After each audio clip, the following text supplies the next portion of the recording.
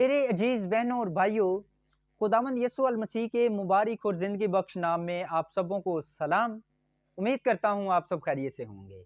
मेरे अजीजों, बेटा वारिस होता है, क्या ये बात सच है? आइए आज इस टॉपिक पर बात करते हैं। मेरे अजीजों, बेटा वारिस होता है, ये बात सच है, लेकिन बेटा माँ बाप का वारिस होता है या उनकी जायदाद का वारिस होता है?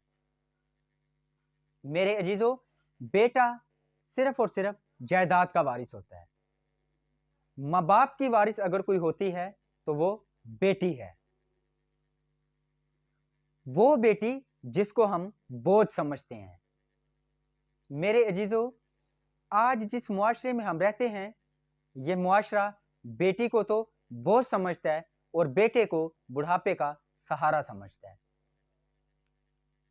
मेरे अजीजों, हमारी जहालत देखें, हम उस बेटी को बोझ समझते हैं जिसको खुदा रहमत बना के बेचता है। मेरे अजीजों, याद रखिएगा ये बात, अगर हम खुदा की दी हुई नेमतों में छेड़छाड़ करेंगे तो खुदा तबाही फेर देगा। याद रखिएगा ये बात। और एक और बात, अगर जिंदगी आपको कभी ये मंजिल देखने का मौका दे, एक साइड बेटी को माँ बाप की खिदमत करने का मौका मिले और दूसरी साइड बेटे को माँ बाप की खिदमत करने का मौका मिले, तो बेटी बेटे से अच्छी खिदमत कर सकती है।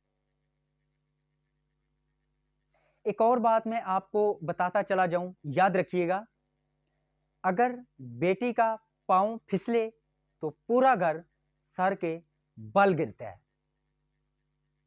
अगर बेटी का पांव फिसले तो पूरा घर सर के बल गिरता है। याद रखिएगा ये बात। लिहाजा दोस्तों, मेरी आपसे दरख्वास्त है कि अगर खुदा आपको बेटी जैसी नेमत से नवाजता है तो खुदा का शुक्र अदा करें। बेटी को बोझ ना समझें।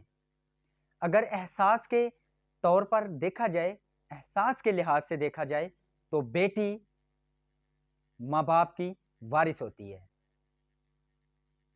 बेटा सिर्फ और सिर्फ जायदाद का वारिस होता है। ठीक है? अगर खुदा आपको बेटी देता है तो खुदा का शुक्र करें और खुदा की दी हुई नेमतों में छेड़छाड़ ना करें। खुदा की दी हुई नेमतों में नाशुक्री ना करें, खुदा का शुक्र अदा किया करें। हंसते मुस्कुराते रहें। खुदा आपको खुशो खुरम रखे। मेरी दुआएं हमेशा आपके साथ हैं।